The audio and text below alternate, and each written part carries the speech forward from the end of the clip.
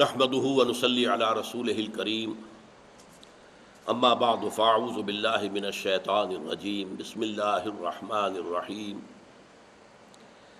وجاهدوا في الله حق جهاده هو اجتباكم وما جعل عليكم في الدين من حرج ملة أبيكم إبراهيم هو سماكم المسلمين من قبل وفي هذا لِيَكُونَ الرَّسُولُ شَهِيدًا عَلَيْكُمْ وَتَكُونُوا شُهَدَاءَ عَلَى النَّاسِ فَأَقِيمُوا الصَّلَاةَ وَآتُوا الزَّكَاةَ وَاعْتَصِمُوا بِاللَّهِ هُوَ مَوْلَاكُمْ فَنِعْمَ الْمَوْلَىٰ وَنِعْمَ النَّصِيرُ صدق اللہ العظیم۔ اور جہاد کرو اللہ کے لیے جیسا اور جتنا کہ اس کے لیے جہاد کا حق ہے۔ اس نے تمہیں چن لیا ہے اور تمہارے لیے دین میں کوئی سختی یا تنگی نہیں رکھی۔ یہ طریقہ ہے تمہارے جد امجد ابراہیم کا، اور اللہ نے تمہارا نام رکھا ہے مسلمان، مسلمین، اس میں بھی، اس قرآن میں بھی اور اس سے پہلے بھی۔ حضرت ابراہیم اسماعیل نے جب دعا کی تھی، جب خانہ کعبہ کی تعمیر کر رہے تھے، تو اپنے آپ کو کیا کہا تھا؟ ربنا وجعلنا مسلمین لک ومن ذریتنا امۃ مسلمۃ لک۔ اے پروردگار، ہم دونوں کو بھی اپنا مسلم، اپنا بندہ تابع دار بنائے رکھ، اور ہماری اولاد میں سے بھی ایک امت مسلمہ اٹھائی، امت مسلمۃ لک، امت مسلمہ۔ تو اس اعتبار سے یہ نام تمہارا قدیم ہے، اور اس میں بھی تمہارے لیے، اس قرآن مجید میں بھی تمہارے لیے یہی نام تجویز کیا گیا۔ لِيَكُونَ الرَّسُولُ شَهِيدًا عَلَيْكُمْ وَتَكُونُوا شُهَدَاءَ عَلَى النَّاسِ۔ یہ الفاظ جو ہے قرآن مجید میں ایک تو یہاں آئے ہیں، ایک سورہ بقرہ میں آئے ہیں، ترتیب مختلف ہے۔ وہاں امت کے حوالے سے بات ہوئی، وَكَذَلِكَ جَعَلْنَاكُمْ أُمَّةً وَسَطًا لِتَكُونُوا شُهَدَاءَ عَلَى النَّاسِ وَيَكُونَ الرَّسُولُ عَلَيْكُمْ شَهِيدًا۔ یہاں رسول کا پہلے ذکر ہے، امت کا بعد میں، وہاں امت کا پہلے ذکر ہے، رسول کا بعد میں۔ اس کی وجہ کیا ہے وہ بھی میں بتا دوں گا آپ کو۔ پہلے اس لفظ کو سمجھیے، شہادت کسے کہتے ہیں؟ لفظی معنی شہادت کے موجود ہونا، شاہد وہ جو موجود ہو، اسی سے گواہ، اس لیے کہ گواہی اسی کی معتبر ہے جو حادثہ ہے یا واقعہ ہے یا وقوع ہے اس میں موجود ہو۔ چشمدید گواہ، اب گواہی تو وہی ہوتی ہے۔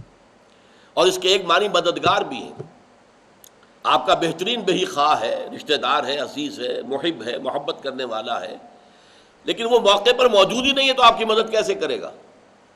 موجودگی شرط لازم ہے، تب مدد کر سکے گا نا۔ آپ کو کوئی چند اوباش لوگ آپ پر حملہ آور ہو گئے ہیں، آپ کو مار رہے ہیں، پیٹ رہے ہیں، تو کیا کوئی موجود ہوگا آپ کا دوست ساتھی تبھی مدد کرے گا نا۔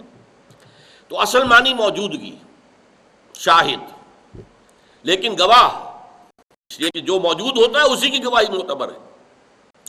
اور مددگار، وَادْعُوا شُهَدَاءَكُم مِّن دُونِ اللَّهِ إِن كُنتُمْ صَادِقِينَ، سورہ بقرہ میں جو چیلنج کیا گیا ہے، وَإِن كُنتُمْ فِي رَيْبٍ مِّمَّا نَزَّلْنَا عَلَىٰ عَبْدِنَا، اگر تمہیں واقعتاً کوئی شک ہے اس چیز میں جو ہم نے اپنے بندے پر نازل کی، یعنی قرآن، یعنی شک یہ ہے کہ یہ محمد نے خود نہ گھڑ لیا ہو، فَأْتُوا بِسُورَةٍ مِّن مِّثْلِهِ، تو تم بھی پھر ایک صورت اس جیسی بنا کر لے آؤ۔ وَادْعُوا شُهَدَاءَكُم مِّن دُونِ اللَّهِ، اپنے سارے مددگاروں کو بلا لو اللہ کے سوا، جنات کو بلا لو، انسانوں کو بلا لو، خطیبوں کو، ادیبوں کو، شعراء کو، سب کو بلا لو۔ تو یہ ہے شہداء، مددگار۔ اچھا، اب یہ لفظ جو ہے کار رسالت کے لیے جامع ترین لفظ ہے۔ اچھا، شہادت کے اندر اب آپ دیکھیں گے، شہادت یا کسی کے حق میں ہے یا کسی کے خلاف ہے۔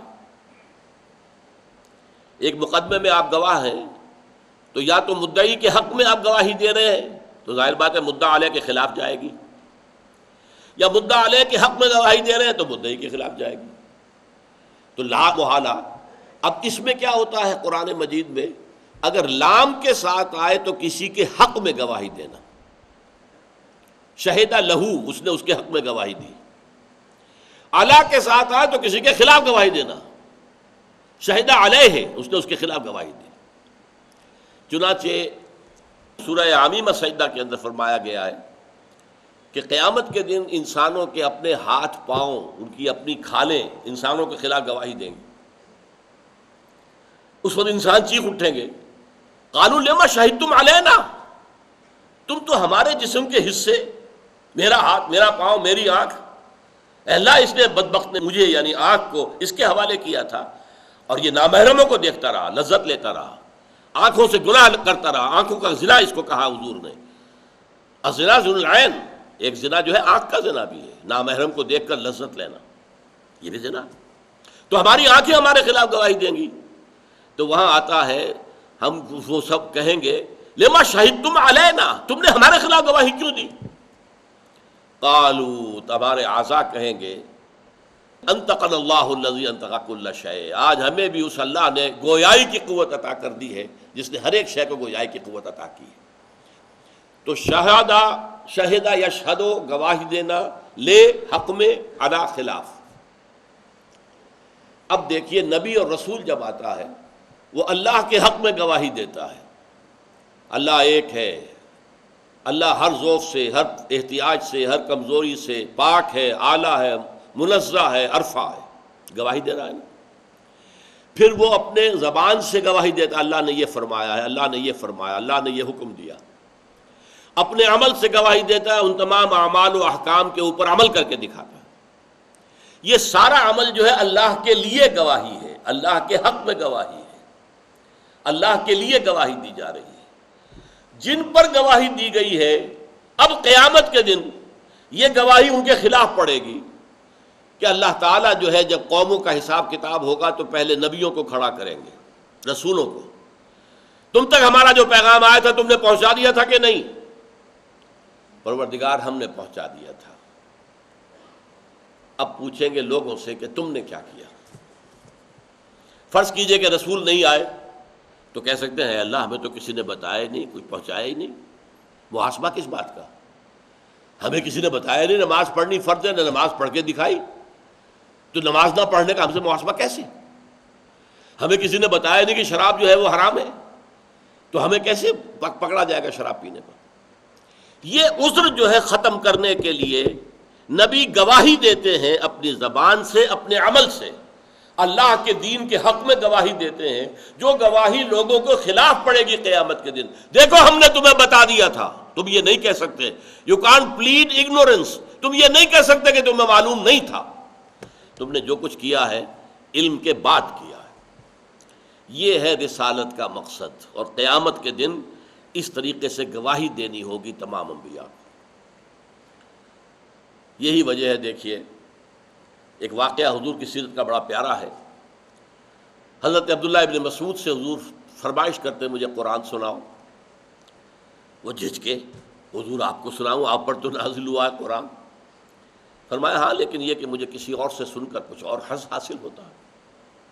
اب انہوں نے تعمیل امر میں سورہ نساء پڑھنی شروع کری، ابتدا سے پڑھتے جا رہے ہیں، ادب کی وجہ سے اپنا جو ہے گردن جھکائی ہوئی ہے، نگاہ نیچی ہے، تلاوت قرات کر رہے ہیں، حضور سن رہے ہیں۔ جب اس آیت پر پہنچے فَكَيْفَ إِذَا جِئْنَا مِن كُلِّ أُمَّةٍ بِشَهِيدٍ وَجِئْنَا بِكَ عَلَىٰ هَٰؤُلَاءِ شَهِيدًا، اے نبی اس دن کیا ہوگا جب ہم ہر امت پر اس کے خلاف ایک گواہ کھڑا کریں گے، وہ نبی اور رسول جو گیا ان کی طرف، وہ گواہی دے گا پروزیکیوشن وٹنس کی حیثیت سے، اے اللہ میں نے پہنچا دیا تھا انہیں، now they are responsible, they are accountable, they can't plead ignorance. فَكَيْفَ إِذَا جِئْنَا مِن كُلِّ أُمَّةٍ بِشَهِيدٍ وَجِئْنَا بِكَ عَلَىٰ هَٰؤُلَاءِ شَهِيدًا، اور اے محمد ہم آپ کو گواہ بنائیں گے ان کے خلاف جن کی طرف ہم نے آپ کو بھیجا ہے۔ تو حضور نے فوراً فرمایا بس کرو، حسبک حسبک حسبک، بس کرو۔ اب آنکھیں اٹھا کے دیکھا ہے حضرت عبداللہ ابن مسعود نے تو حضور کی آنکھوں سے آنسو جاری تھے۔ مجھے اپنے قوم کے خلاف گواہی دینی ہوگی، اپنے چچا کے خلاف گواہی دینی ہوگی۔ اے اللہ میں نے آخری وقت تک بھی، مرتے وقت بھی میں نے کہا تھا ابو طالب سے کہ خدا کے لیے مان جاؤ اور کہہ دو اشہد ان لا الہ الا اللہ واشہد ان محمد رسول اللہ۔ انہوں نے نہیں بات مانی میری۔ اب عذر کیا ہے؟ کچھ نہیں۔ تو یہ شہادت علی الناس، لوگوں کے خلاف گواہی، اللہ کے حق میں گواہی، یہی بات کہی گئی ہے قرآن مجید میں سورہ نساء اور سورہ مائدہ میں، یا ایھا الذین آمنوا کونوا قوامین للہ شہداء بالقسط، شہداء بالقسط، بے کے ساتھ آیا، شہد تم جو ہے گواہی دینے والے بن جاؤ عدل و انصاف کی، اور اللہ تعالیٰ کے حق میں کھڑے ہو جاؤ، قوموا للہ، اللہ کے لیے، قوامین للہ شہداء بالقسط۔ اور سورہ مائدہ میں کونوا قوامین بالقسط شہداء للہ، اللہ کے حق میں گواہی دینے والے بن کر کھڑے ہو جاؤ، اللہ کے دین کی گواہی دو اپنے قول سے، اپنے عمل سے، اور اجتماعی طور پر دو، اس دین کو قائم کر کے اس کی ایک حجت قائم کر دو دنیا پر کہ ہاں یہ دین ہے بہترین دین۔ لیکن صرف زبانی کلامی اگر پیش کرو گے تو وہ حجت نہیں بنے گی۔ جیسے اگر یہ حکم ہے کہ جھوٹ نہ بولو تو دیکھو ہمارے نبی نے، تم نے خود انہیں الصادق کا خطاب دیا، انہوں نے کبھی جھوٹ نہیں بولا۔ اگر تمہیں حکم ہے امانت میں خیانت نہ کرو، دیکھو ہمارے نبی نے تم پر حجت قائم کی، تم نے خود انہیں امین کا خطاب دیا۔ اور اگر تم سے کہا گیا ہے کہ اسلام کو قائم کرو، دیکھو ہمارے نبی نے قائم کر کے دکھایا ہے۔ فاقے کیے، مصیبتیں جھیلی، تکلیفیں جھیلی، برداشت کی، 250 سے زائد اپنے جو بہترین سمجھئے کہ اپنے جو صحابہ تھے ان کی جانوں کا نذرانہ پیش کیا، جن میں حضرت حمزہ بھی ہیں رضی اللہ تعالی عنہ۔ تب جا کر اللہ کا دین قائم ہوا۔ لیکن پوری دنیا تو مانتی ہے نا آج کے واقعے تک وہ ایک بہت اعلیٰ نظام تھا، اس میں کوئی شک نہیں۔ زیادہ اعتراض یہ کرتے ہیں یہ صرف 30 سال قائم رہا پورا بتمام و کمال، یہ نہیں کہ بالکل ختم ہو گیا، نہیں، ہاں اس کی کمال بتمام و کمال، جو کا تو خلافت علی منہاج النبوہ، بالکل نبوت کے نقش قدم پر جو خلافت تھی وہ واقعی 30 ہی سال رہی ہے، اس سے زیادہ نہیں۔ اس کے بعد رفتہ رفتہ اس میں ملوکیت شامل ہوتی چلی گئی، زمینداری شامل ہوتی چلی گئی، سرمایہ داری شامل ہوتی چلی گئی، یہ ساری گندگیاں جو ہے اس میں شامل ہوتی چلی گئی۔ لیکن یہ تو ماننا پڑتا ہے کہ وہ نظام ایک دفعہ قائم ہوا دنیا کے اندر، ورنہ واقعہ یہ ہے کہ جس کو ڈیموکریسی کہا جاتا ہے، جس کا خواب دیکھا تھا والٹیئر اور روسو نے، وہ آج تک قائم نہیں ہوئی۔ جو کلاس لیس سوسائٹی جس کا تصور پیش کیا تھا مارکس نے اور لینن نے، وہ تو ایک دن کے لیے بھی قائم نہیں ہوئی، اور کمیونزم کا جو ہے وہ کریا کرم بھی ہو گیا، ختم بھی ہو گیا، اور اس کی قبر بھی بن گئی۔ اسلام قائم ہوا اور 100% قائم ہوا، اور 30 سال قائم رہا، یہ تو دنیا مانتی۔ تو یہ گویا کہ حجت قائم ہو گئی ہے نوع انسانی پر کہ اسلام پریکٹیکیبل ہے، قائم کیا جا سکتا ہے، اور اس کی برکات جو ہے دنیا نے دیکھی ہیں، مزہ چکھا ہے۔ لِيَكُونَ الرَّسُولُ شَهِيدًا عَلَيْكُمْ وَتَكُونُوا شُهَدَاءَ عَلَى النَّاسِ، یہ اللہ تعالیٰ کی طرف سے لوگوں پر حجت قائم کرنے کے لیے کم سے کم کیا چیز ضروری ہے؟ قرآن کی تبلیغ کے پوری دنیا میں قرآن کو پھیلا دیا جائے، پوری دنیا کی زبانوں میں قرآن کے تراجم موجود ہوں، قرآن کی حکمت اور فلسفہ عہد حاضر کی علمی سطح پر اس کو اجاگر کیا جائے، یہ اس کا اولین قدم ہے۔ اور اس کی تکمیل کب ہوگی؟ جب قرآن کے نظام کو کہیں نہ کہیں قائم کر کے دکھا دیا جائے۔ دیکھ لو، آؤ، come and see with your own eyes, یہ ہے اسلام، یہ اسلام کی سیاست ہے، یہ اسلام کی معیشت ہے، یہ اسلام کی معاشرت ہے، آؤ دیکھ لو، اس کی برکتوں کا مشاہدہ کر لو، پھر حجت قائم ہو جائے گی۔ تو تمہارا چناؤ ہو گیا ہے، وَجَاهِدُوا فِي اللَّهِ حَقَّ جِهَادِهِ هُوَ اجْتَبَاكُمْ لِيَكُونَ الرَّسُولُ شَهِيدًا عَلَيْكُمْ۔ اچھا، یہاں رسول کا ذکر پہلے کیوں آیا؟ کہ اوپر آ چکا ہے رسالت کا ذکر، اللہ یصطفی من الملائکۃ رسلا ومن الناس هو اجتباکم لِيَكُونَ الرَّسُولُ شَهِيدًا عَلَيْكُمْ وَتَكُونُوا شُهَدَاءَ عَلَى النَّاسِ۔ یہاں رسول کا ذکر پہلے اور امت کا ذکر بعد میں اس سلسلے میں آ رہا ہے، اور سورہ بقرہ میں تحویل قبلہ کے موقع پر آیا ہے، سَيَقُولُ السُّفَهَاءُ مِنَ النَّاسِ مَا وَلَّاهُ عَن قِبْلَتِهِمُ الَّتِي كَانُوا عَلَيْهَا قُل لِّلَّهِ الْمَشْرِقُ وَالْمَغْرِبُ يَهْدِي مَن يَشَاءُ إِلَىٰ صِرَاطٍ مُّسْتَقِيمٍ وَكَذَٰلِكَ جَعَلْنَاكُمْ أُمَّةً وَسَطًا لِّتَكُونُوا شُهَدَاءَ عَلَى النَّاسِ وَيَكُونَ الرَّسُولُ عَلَيْكُمْ شَهِيدًا۔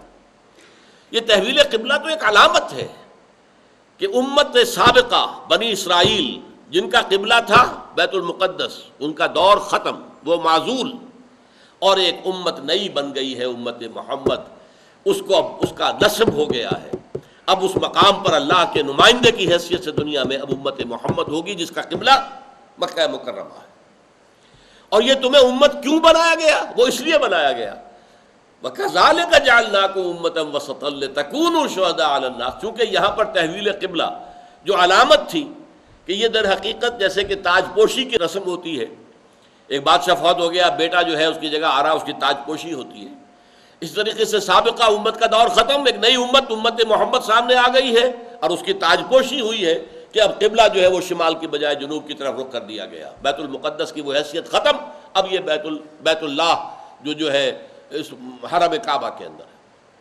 لہذا اس میں چونکہ امت کا ذکر تھا، لہذا یہاں کیا ہے، وَكَذَلِكَ جَعَلْنَاكُمْ أُمَّةً وَسَطًا لِتَكُونُوا شُهَدَاءَ عَلَى النَّاسِ وَيَكُونَ الرَّسُولُ عَلَيْكُمْ شَهِيدًا، تاکہ تم ہو جاؤ گواہ پوری نوع انسانی پر اور رسول ہو جائیں گواہ تم پر۔ اسی لیے رسول نے گواہی لی تھی دنیا سے جانے سے چند کچھ ہی عرصہ قبل، حجۃ الوداع میں حضور نے جب اپنا خطبے دیے اور جو بھی اہم باتیں تھیں اپنی دعوت کی جو پہلے بھی بیان کر چکے تھے، ان کے اہم نکات کو پھر دہرا کر اچھی طرح ذہن نشین کر کے سوال کیا، الا هل بلغت، لوگوں میں نے پہنچا دیا یا نہیں؟ اور پورے مجمع نے بیک زبان کہا، انا نشہد انک قد بلغت الرسالۃ وادیت الامانۃ ونصحت الامۃ وکشفت الغمۃ، ہم گواہ ہیں اللہ کے نبی، آپ نے رسالت کا حق ادا کر دیا، آپ نے امانت کا حق ادا کر دیا، آپ نے ہماری خیر خواہی کا حق ادا کر دیا، آپ نے باطل کے اندھیروں کے پردوں کو چاک کر دیا۔ 3 دفعہ آپ نے سوال کیا، الا هل بلغت انا نشهد انک قد بلغت الرسالۃ وادیت الامانۃ ونصحت الامۃ وکشفت الغمۃ۔ پھر آپ نے انگلی اٹھائی، انگشت شہادت، آسمان کی طرف اور پھر لوگوں کی طرف اشارہ کیا، اللہم اشہد، اللہم اشہد، اللہم، اے اللہ تو بھی گواہ رہے، یہ مان رہے ہیں کہ میں نے پہنچا دیا ہے۔ قیامت کے دن حضور کھڑے ہو کر پہلے گواہی دیں گے، اے میری امت، میں نے پہنچا دیا تھا کہ نہیں؟ ہم جواب دیں گے، حضور آپ نے پہنچا دیا۔ تم نے کیا کیا؟ تم نے پہنچایا آگے، پوری نوع انسانی تک پہنچانا تمہارے ذمہ تھا، ان کی گمراہی کی ذمہ داری تم پر آ پڑے گی۔ اگر رسول خدا نہ خواستہ پہنچانے میں کوتاہی کرتے تو مجرم ہوتے کہ نہ ہوتے؟ معاذ اللہ ثم معاذ اللہ۔ سورہ اعراف کی 6 آیت ہے، فَلَنَسْأَلَنَّ الَّذِينَ أُرْسِلَ إِلَيْهِمْ وَلَنَسْأَلَنَّ الْمُرْسَلِينَ، ہم ان سے بھی پوچھ کر رہیں گے جن کی طرف ہم نے رسولوں کو بھیجا، اور ہم رسولوں سے بھی پوچھیں گے۔ رسول بھی تو بندے ہی ہیں، ہمارے بندے ہی ہیں، عبدہ و رسولہ ہیں، اللہ کے بندے ہیں اور اس کے رسول ہیں، ان سے پوچھیں گے تمہیں پہنچا دیا تھا یا نہیں؟ یا عیسی ابن مریم اانت قلت للناس اتخذونی وامی الہین، اے مریم کے بیٹے عیسیٰ، کیا تم نے کہا تھا لوگوں سے کہ مجھے اور میری ماں کو بھی خدا بنا لینا؟ کیا جواب دیں گے عیسیٰ؟ پروردگار میں بری ہوں اس سے، میں نے نہیں کہا۔ یہ سارا معاملہ ہے۔ تو در حقیقت جس کی سادہ سی مثال میں دیا کرتا ہوں، اگر آپ اپنے کسی عزیز کو کوئی پیغام بھیجیں کہ یہ کام کل شام تک ضرور ہو جائے ورنہ میرا نقصان بہت شدید ہو جائے گا، کام نہیں ہوا، آپ کا نقصان ہو گیا، آپ غصے میں بفرے ہوئے گئے، اور خدا کے بندے میں نے تمہیں پیغام بھیجا تھا کہ تم یہ کام کرنا، تم نے نہیں کیا، میرا نقصان ہو گیا، ذمہ دار کون ہے؟ اگر وہ کہہ دے بھائی مجھے تو آپ کا پیغام پہنچا ہی نہیں، تو پھر اور کچھ کہہ سکیں گے آپ؟ بداشے کی طرح بیٹھ جائیں گے کہ نہیں؟ لیکن اب غصہ کس پر آئے گا؟ آپ جائیں گے اس کے اوپر جس کو تو آپ نے پیغامبر بنایا تھا، اور خدا کے بندے تجھے میں نے پیغامبر بنایا تھا، میری بات پہنچاؤ، نہیں پہنچائی تم نے، تم ذمہ دار ہو۔ یہ ہے وہ نازک ذمہ داری، رسول نہ پہنچائے تو رسول مجرم۔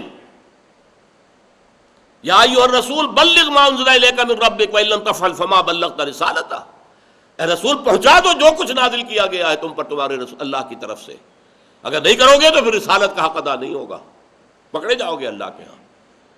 یہی وجہ حضور نے گواہی لے لی تھی، الا هل بلغت انا نشهد انک قد بلغت رسالتہ وادیت الامانۃ ونصحت الامۃ وکشفت الغمۃ۔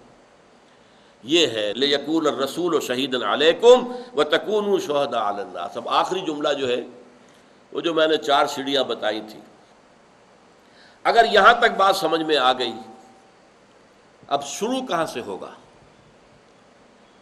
چھلانگ مار کے 4تھی سیڑھی پر چڑھیں گے تو گر جائیں گے، ہو سکتا ہے ہڈی پسلی توڑوا لیں اپنی، پہلی سیڑھی، دوسری سیڑھی، تیسری سیڑھی، 4تھی سیڑھی۔ لہذا کہاں سے بات شروع ہوگی؟ فَأَقِيمُوا الصَّلَاةَ وَآتُوا الزَّكَاةَ، بس آغاز کرو اپنے سفر کا۔ سفر تو یہ ہے، ارکعوا واسجدوا واعبدوا ربکم وافعلوا الخیر وجاہدوا فی اللہ حق جہادہ، 4 منزلیں ہیں یہ۔ شروع کہاں سے ہوگا؟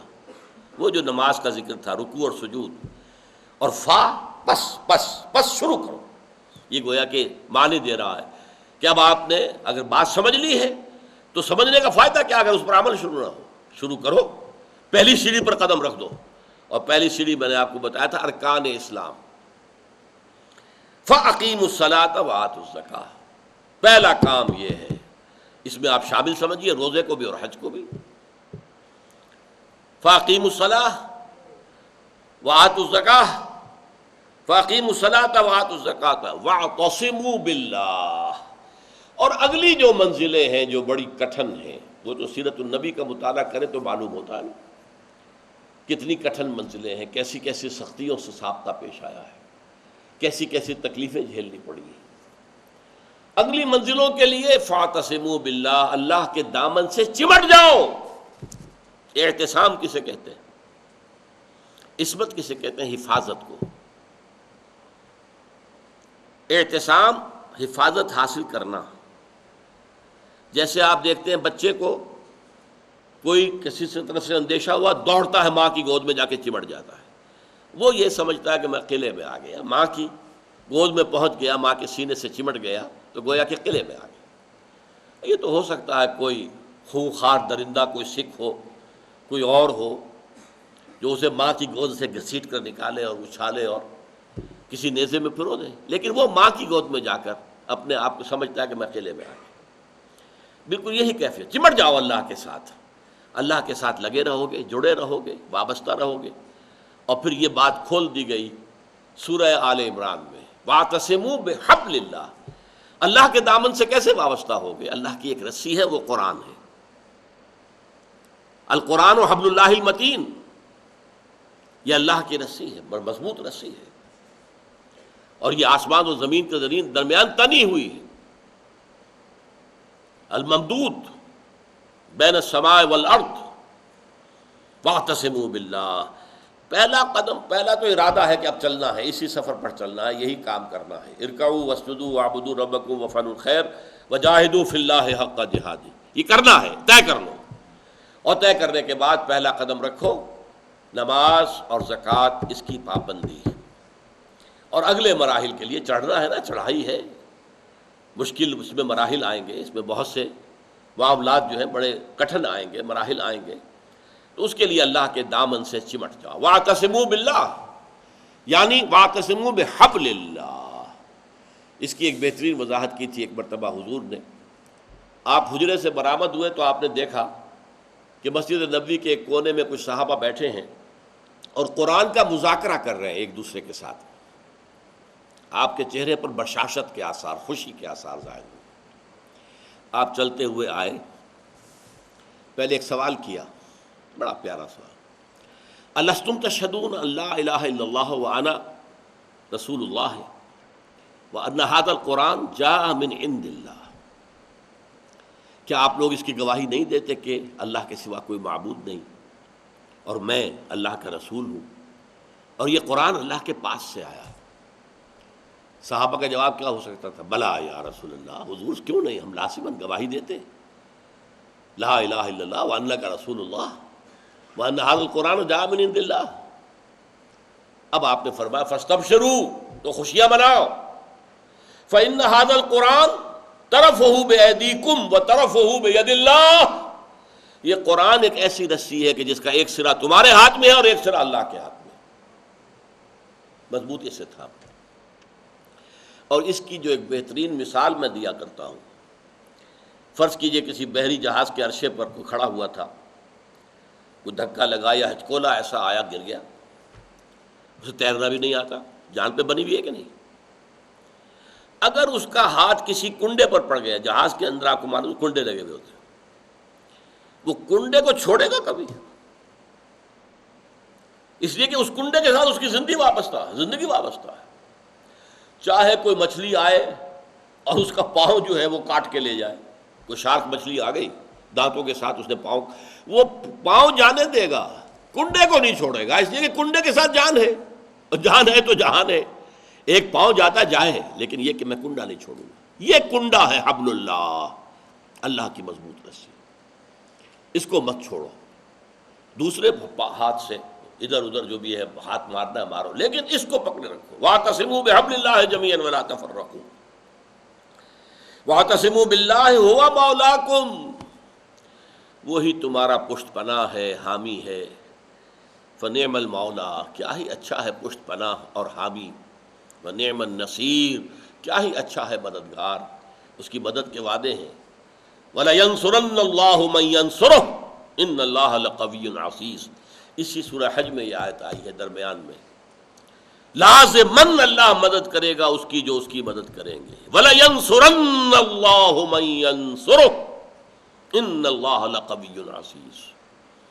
یقین رکھو اللہ مدد کرے گا، بشرطے کہ تم خلوص کے ساتھ، اخلاص کے ساتھ، تہہ دل سے اس کی طرف جڑ جاؤ اور اس کے اس کام کے اوپر ارکعوا واسجدوا واعبدوا ربکم وافعلوا الخیر وجاہدوا فی اللہ حق جہاد. بارک اللہ لی ولکم فی القرآن العظیم ونفعنی وإیاکم بالآیات والذکر الحکیم.